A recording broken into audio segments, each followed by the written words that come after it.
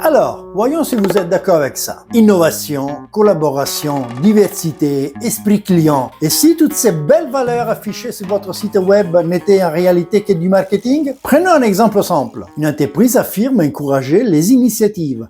Pourtant, dès qu'un collaborateur propose une idée nouvelle, celle-ci se retrouve bloquée par les fameux circuits hiérarchiques.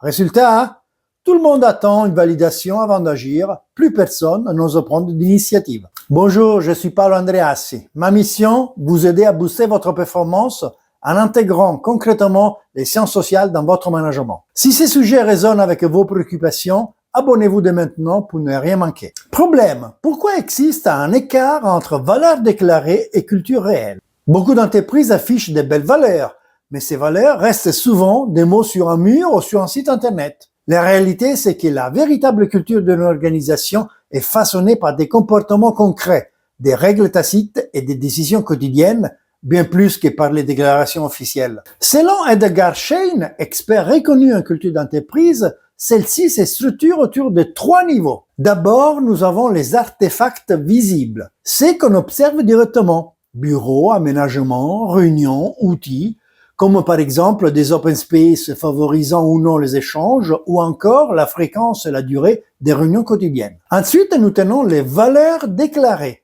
ce que l'entreprise affirme officiellement comme essentiel. Innovation, autonomie, transparence, ou encore responsabilité sociale et environnementale, par exemple des politiques affichées sur l'égalité homme-femme ou la réduction des déchets.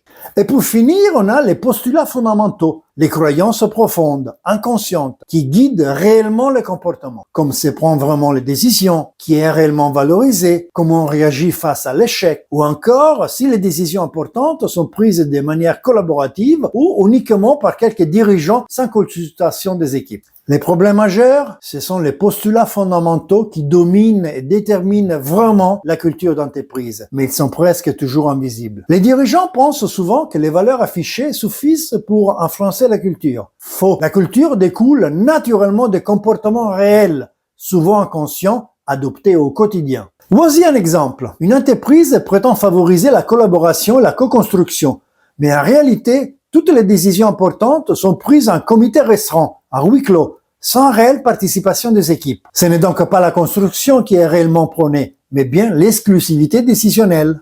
Mais maintenant que nous avons constaté ceci, comment faire pour aligner valeurs affichées et culture réelle? Pour véritablement incarner les valeurs affichées, voici une approche concrète en 4 étapes. Première étape, détecter les écarts.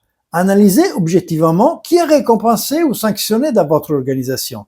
Observez les pratiques concrètes et comparez-les au discours officiel. Deuxième étape, consultez vos équipes. Menez des enquêtes anonymes ou des entretiens individuels pour recueillir la perception réelle des collaborateurs. Troisième étape, alignez stratégie et culture. Si par exemple l'innovation est clé, créez des espaces d'expérimentation, acceptez les erreurs sans punition et valorisez concrètement la prise d'initiative. Quatrième et dernière étape, formez vos managers. Ils incarnent quotidiennement vos valeurs. Sensibilisez-les aux comportements adoptés et donnez-leur les outils pour encourager une culture authentique.